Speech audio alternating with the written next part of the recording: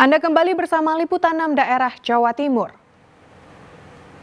Saudara, Satreskrim Polrestabes Surabaya menetapkan buruh penganiaya Satpol PP jadi tersangka. Polisi tidak menahan tersangka lantaran dianggap kooperatif.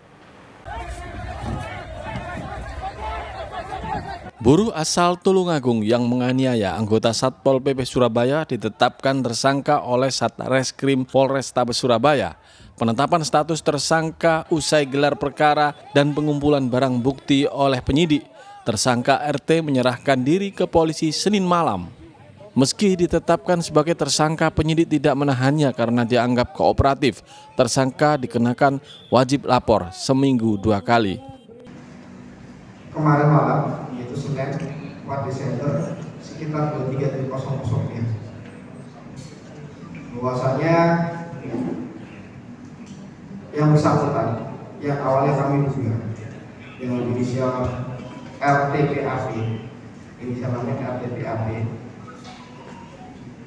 usia 26 tahun, diantarkan oleh rekan-rekannya dari buruh menghadap kepada penyidik dan bersangkutan menyerahkan diri.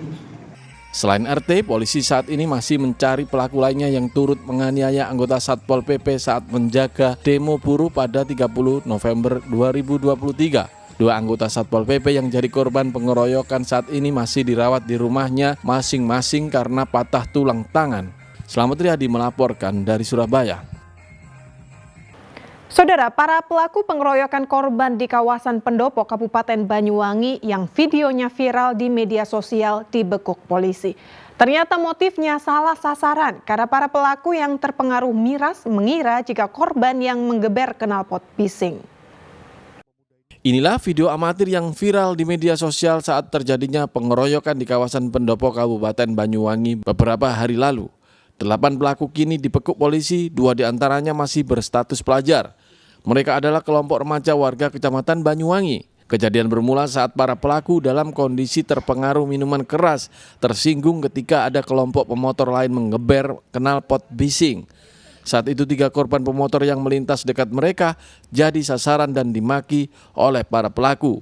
Meski sudah menjelaskan bahwa bukan korban yang menggeber motor, namun para pelaku tetap emosi dan memukuli korban dengan batu dan kayu. Berbekal video amatir yang viral, polisi akhirnya meringkus seluruh tersangka di rumah masing-masing tanpa perlawanan.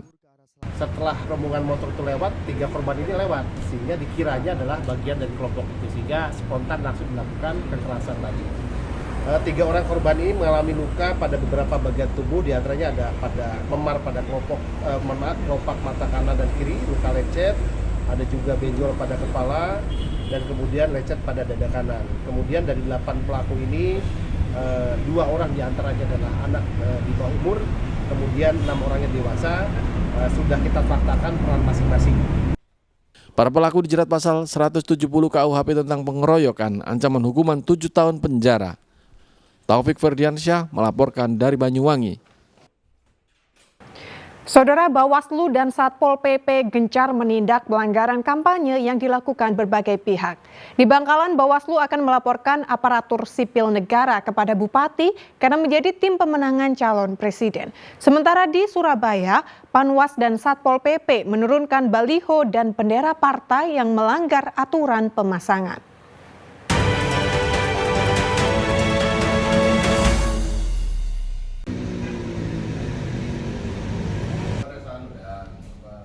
Dari hasil pemantauan Bawaslu Kabupaten Bangkalan selama masa kampanye ditemukan seorang aparatur sipil negara ASN yang menjadi anggota tim pemenang salah satu capres-cawapres.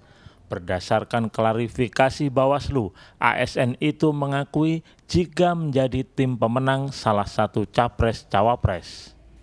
Berdasarkan hal itu, Bawaslu akan segera mengirimkan berkas pemeriksaannya kepada Bupati Bangkalan agar ASN bersangkutan segera mendapatkan sanksi. Kemarin sudah diputuskan bahwa memang terjadi pelanggaran netralitas ASN pada saat kampanye di Kabupaten Bangkalan atas inisialnya IS, staf Kecamatan 10 Dan kami dari Bawaslu Bangkalan sudah melakukan penerusan, ya, penerusannya kepada PJ Bupati Bangkalan, ya, untuk kemudian kami meminta, gitu ya, untuk bisa segera ditentukan sanksinya, gitu ya. Karena memang di peraturannya, gitu ya, sanksinya itu ada 3 tergantung tingkat kesalahannya, apakah itu sanksi ringan, sanksi sedang, atau sanksi berat. Sementara di Surabaya, petugas Satpol PP dan Panwaslu Kecamatan Gayungan menurunkan paksa baliho serta bendera partai yang melanggar aturan pemasangan kampanye. Di antaranya puluhan bendera parpol dan baliho yang terpasang di Jalan Ahmad Yani, Surabaya. Penertiban dilakukan karena alat peraga kampanye dilarang dipasang di jalan protokol. Pak, ini tadi saya lihat banyak penertiban yang dilakukan oleh Satpol PP dan Bawaslu. Itu di area mana saja, Pak? Di area Jalan Ahmad Yani. Sepanjang Jalan Ahmad Yani. Sepanjang Jalan Ahmad Yani. Ya. Apa alasannya penertiban ini, Pak? Dikarenakan ada pelanggaran penempatan di jalan protokol semestinya tidak diperbolehkan, tetapi nekat masih dipasang. Petugas gabungan ini akan terus beroperasi untuk melakukan penertiban terhadap adanya pemasangan alat peraga kampanye atau APK yang dinilai melanggar aturan dan merusak keindahan kota. Salin Awali dan Rahmat Hidayat melaporkan dari Bangkalan dan Surabaya.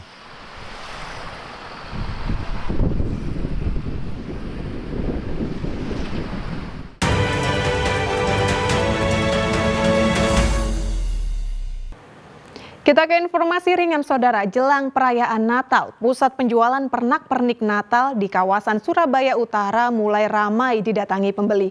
Mayoritas pembeli memburu pohon Natal termasuk aneka hiasannya serta boneka Santa Claus.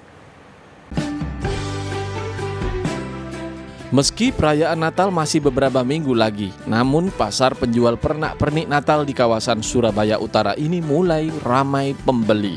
Yang paling banyak dicari yakni pohon Natal, berbagai ukuran mulai dari yang kecil hingga besar dan aksesorisnya serta boneka Santa Claus. Salah satu pembeli dari Bali mengatakan ia datang ke pasar pecinan ini untuk berburu pernik Natal karena banyak pilihannya, selain itu harganya juga murah.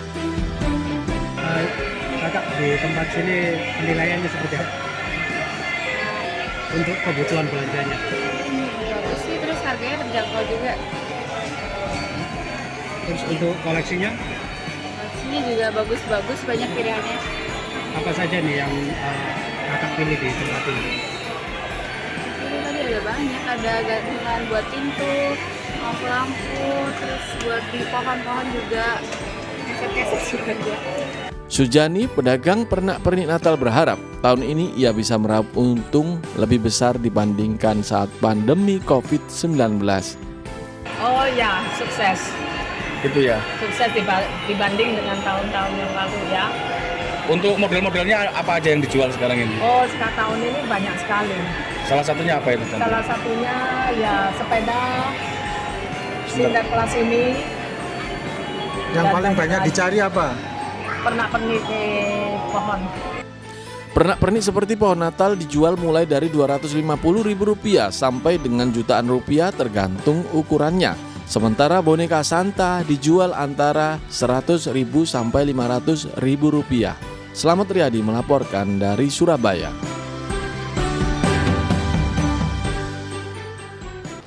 Saudara, ratusan siswa-siswi sekolah dasar di Lamongan mengikuti pembelajaran anti perundungan yang diselenggarakan oleh Yayasan Pundi Amal Peduli Kasih YPP SCTV Indosiar bekerja sama dengan Bank BTN. Edukasi ini sebagai upaya mencegah kekerasan di sekolah agar peserta didik merasa nyaman dan aman selama proses belajar dan mengajar di sekolah.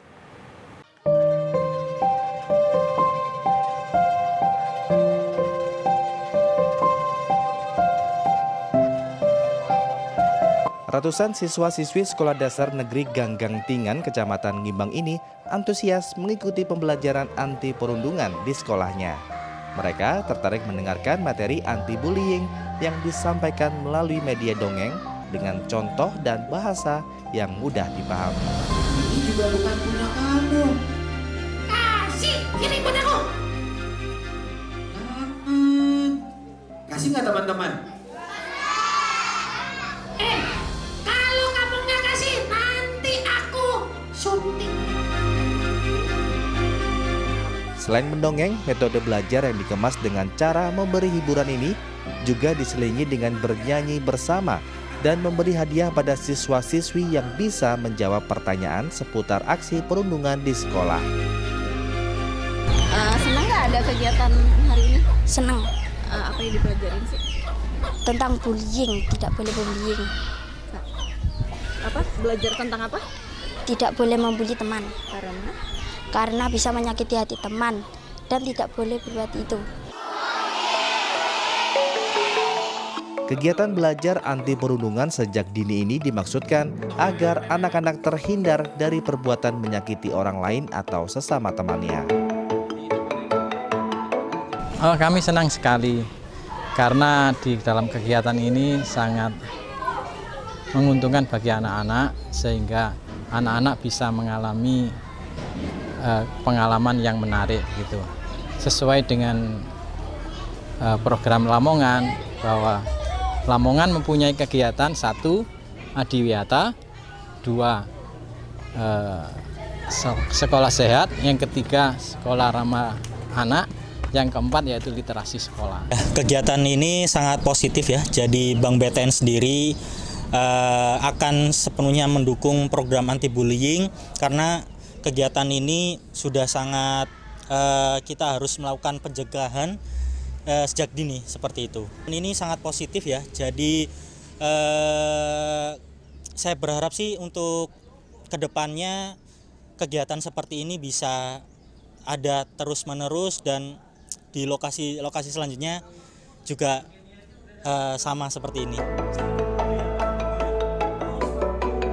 Kegiatan edukasi anti-bullying sekolah dasar yang diselenggarakan oleh YPP SCTV Indosiar dan Bank BTN ini sudah keempat kalinya.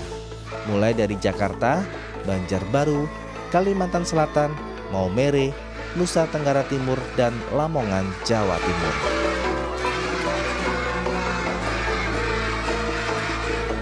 Sapari Ranuwijaya melaporkan dari Lamongan. Ya, saudara, informasi tadi sekaligus menjadi akhir perjumpaan kita dalam Liputan 6 SCTV Daerah Jawa Timur kali ini. Atas nama seluruh kru yang bertugas, saya Madari Sasmita mengucapkan terima kasih atas perhatian Anda. Selamat beraktivitas dan salam SCTV.